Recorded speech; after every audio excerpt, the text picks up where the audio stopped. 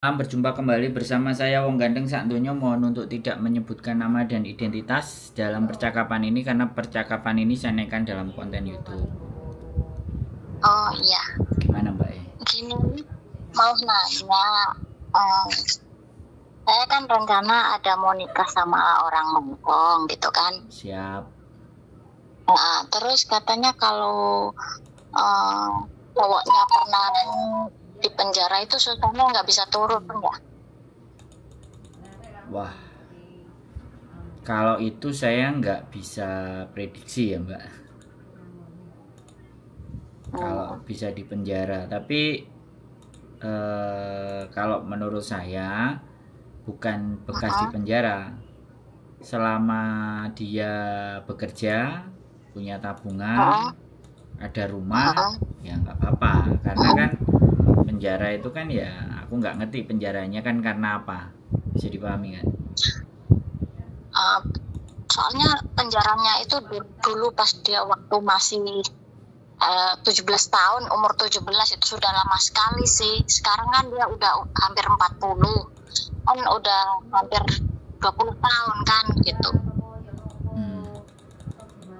Pas waktu masih remaja gitu kan biasa nakal gitu kan dulu gitu, pernah di penjara gitu. Terus penjaranya pun katanya yang buat remaja ya itu, bukan yang untuk orang dewasa itu. Makanya terus ya, kita nggak perlu pikirkan penjaranya. Nah, setelah dia di penjara, apakah dia bekerja, apakah dia nggak punya hutang, itu yang paling penting. Apakah dia bekerja, kemudian dia tinggal dengan siapa, apakah dia nyewa, apa semuanya. Yang ditanyakan sama imigrasi dalam dia nanti menggaransi sampean itu bukan penjaranya, tapi apakah bisa menjamin sampean di kehidupan berikutnya. Itu loh persoalannya. Kalau setahu saya sih dia sih bekerja kan. Kalau sewa rumah, iya sewa rumah, dia punya sewa sendiri lah, tinggal sendiri. Kalau bekerja sih alhamdulillah sih oke, soal kerjaan gitu loh. Nah, kalau sampean yakin, sampean bilang sama dia kalau kita itu menikah, ya kan, kamu ada penghasilan, kamu ada sewa rumah, kamu juga punya tabungan, maka visaku bisa turun. Bilang aja kayak gitu. Jadi sampean nggak perlu juga, sekali lagi aku nggak ngerti ya, yang butuh sampean apa yang butuh dia, atau sama-sama butuh. Kalau sama-sama butuh, otomatis kan sama-sama mengusahakan. Tapi kalau yang butuh, sebentar saya ngomong dulu, kita gantian kalau ngomong. Jadi kalau yang butuhnya yang punya sampean dan dia kayak setengah hati dan nggak maju total, ya menurut saya jangan dilanjutkan. Tapi kalau ya aku gini nanti syaratnya ada begini, kamu bisa apa enggak? Kalau perlu sebelum menikah bawa ke imigrasi, tanya dulu prosedurnya. Kalau misalnya mau mengajukan dependent visa, saya mau menikah ini syaratnya buat saya apa? Kalau dia bersedia, datang, kemudian nanya, dia baca brosurnya, dia tahu, dia ngerti, dan dia tetap mau menginginkan menikah dengan sampean, itu benar. Tapi kalau selama ini yang kadang sekali lagi saya nggak mau ikut campur dalam kehidupan pribadi. Yang saya pikirkan adalah ketika sampean menikah, ya harapan saya adalah menikah dengan orang yang benar gitu. Terus akhirnya nanti mendapatkan visa dependent, baru akan kehidupan sampean akan jadi levelnya lebih naik lagi gitu loh, dari KTP-W menjadi KTP-M gitu loh, menjadi KTP-F atau nantinya jadi dependent visa. Dan itu kan sudah kenaikan level. Makanya kita harus benar-benar memastikan pasangan kita itu apakah benar-benar di kehidupan nantinya itu bisa menggaransi gitu loh Mbak. Bukan soal penjaranya ya. Selama ini kalau menikah itu tidak dilarang Mbak. Ya, rekod penjara selama ini saya belum pernah nangani ya.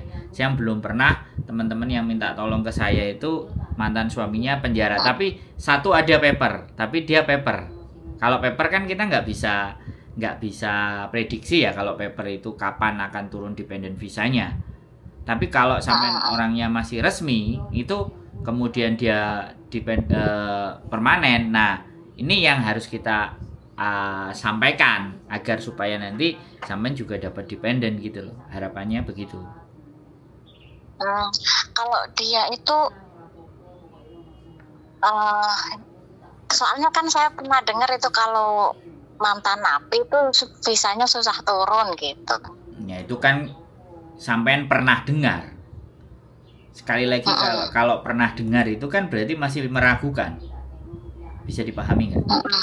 Ya, makanya sekali lagi untuk membenarkan pernyataan itu, untuk menjadikan benar, sampai aja ke imigrasi lantai 2, naik tangga langsung bablas, di situ ada tempat untuk bertanya, sampai ajak dia sama sampean, kemudian tanyakan ke situ, itu akan jawabannya sudah valid Mbak kalau jawaban dari situ. Oh iya. Karena jawaban dia nggak mungkin akan jawab bisa dan tidak, itu akan berdasarkan proses investigasi dan segala sesuatunya.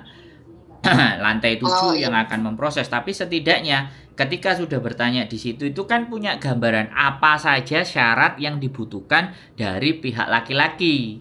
Kalau pihak sampean gampang, KTP, KK, akte. Kalau sampean belum pernah menikah ya surat izin orang tua yang diketahui kepala desa. Kalau sampean sudah pernah menikah ya surat cerai. Sampean hanya butuh 4 dokumen itu dan semua nama harus sama. Tanggal dan tahun, jangan ada yang beda. Sama dengan KTP Hongkong dan paspor Hongkong. Paspornya sampean. Itu sama, syarat sampean cuma 4 itu. Tapi syarat pasangan sampean inilah yang harus sampean tanyakan. Bisa dipahami nggak? Oh bisa mas. Soalnya memang dia yang aku nikah gitu.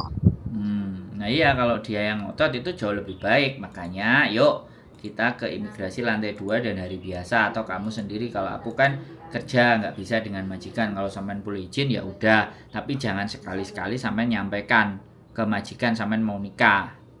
Nanti repot. Nanti repotnya majikan interminate sampean, nah susah sampean visanya harus nunggu di Indonesia kan enggak enak. Tapi kalau suami sampean bakal calon suami sampean mau ngejeng sampean, itu jauh lebih enak lagi.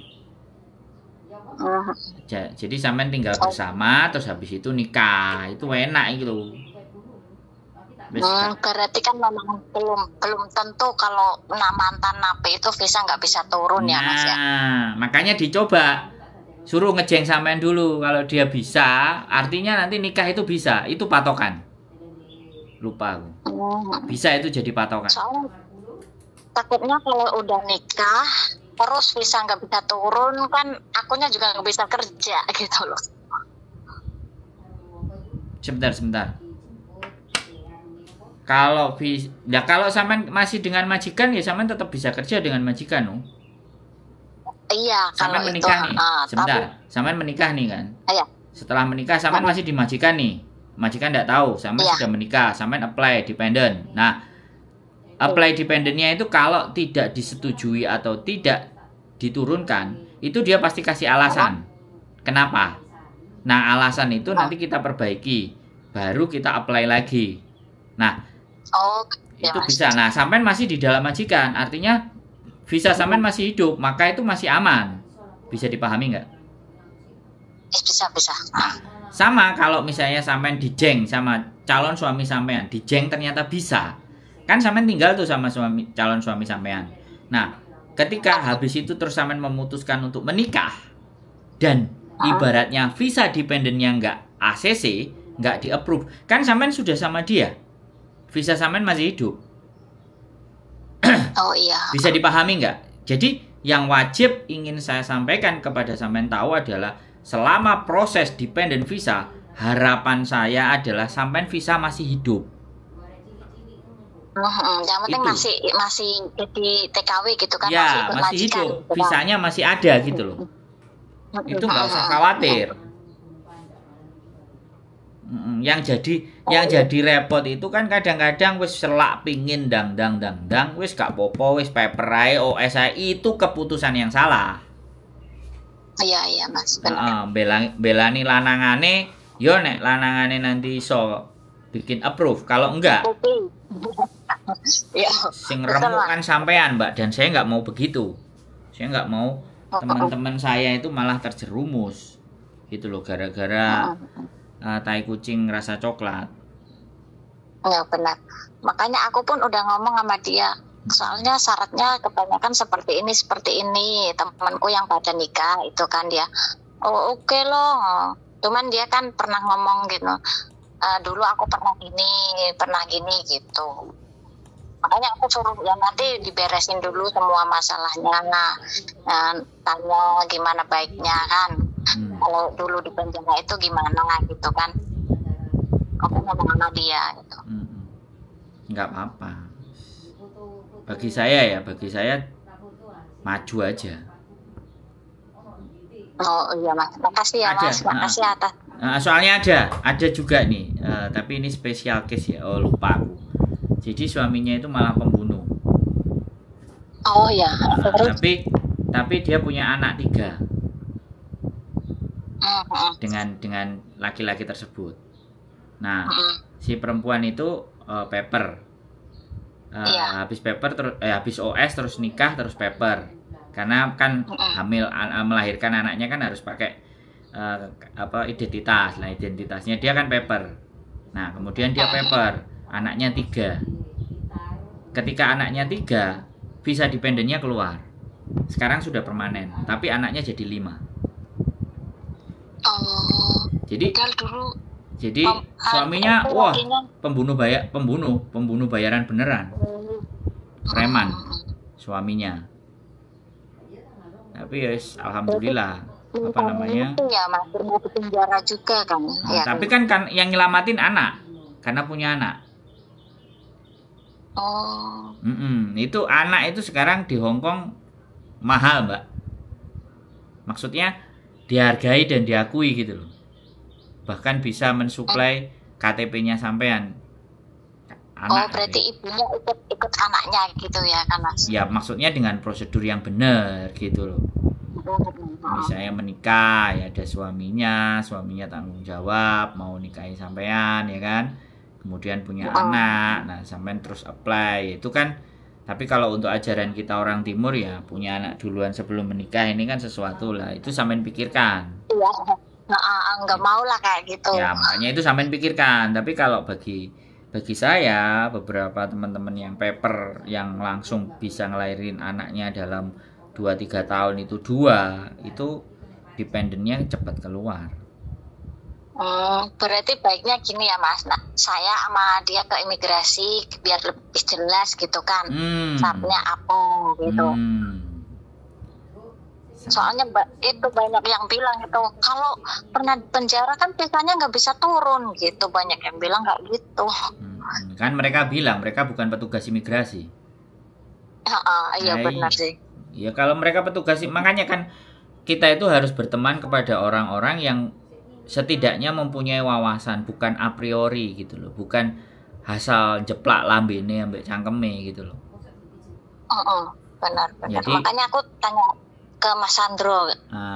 Jadi harapan saya begitu. Makanya saya tidak juga memberikan jawaban di mana bahwa bisa, tidak, bukan itu penjawaban saya. Tapi itu visa sekali lagi itu hak mutlak imigrasi dalam memberikan. Dia punya catatan-catatan khusus. Karena ke imigrasi itu menurut saya kalau dia tidak approve itu pasti ada reasonnya. Di catatan di masa lalu itu pasti ada gitu. Apalagi nanti yang nikah itu yang minta dia, yang mengharapkan dia, yang kepinginkan dia. Berarti dia kan orang Hong Kong.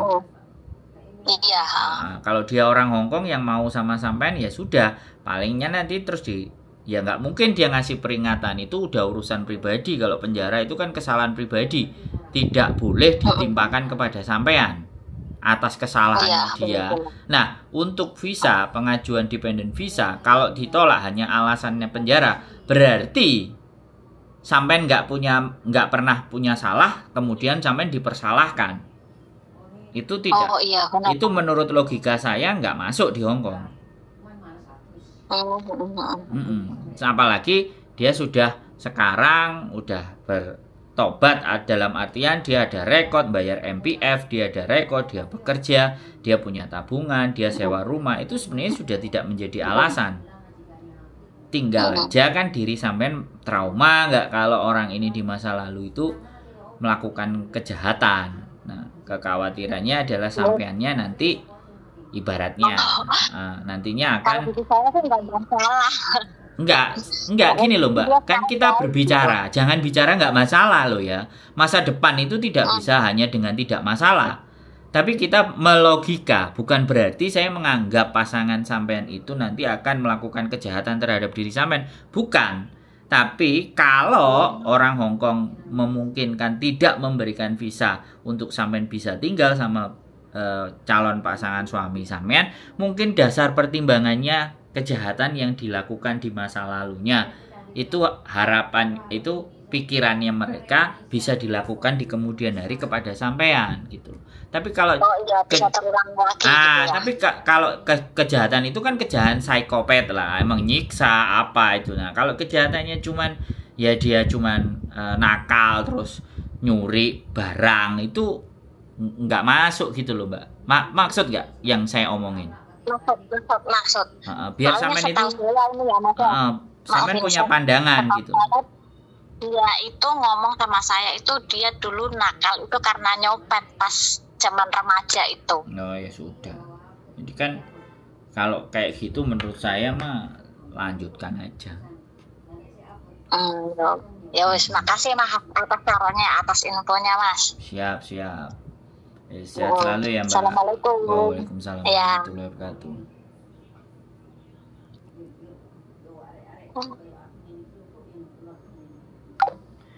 Oke teman-teman, menikah lagi ya. Yes, sip, mantap. Jadi sekali lagi, semakin banyak yang menikah, semakin senang ada perubahan. Dan kembali lagi harapan hidup yang lebih baik. Jadi itu harapan juga bagi saya buat teman-teman semua yang mungkin memutuskan atau mendapatkan jodoh di Hong Kong. Jadi ya sekali lagi apapun itu dan bagaimanapun ceritanya, kita tidak bisa judgement atas masa lalu kehidupannya orang. Yang bisa kita lakukan kan adalah positive thinking, bahwa segala sesuatu kalau memang sudah digariskan dan ditakdirkan, maka itu akan bisa menjadi hak kita. Mungkin itu saja dari saya. Keep stay tune di YouTube channel and see you next video. Bye bye.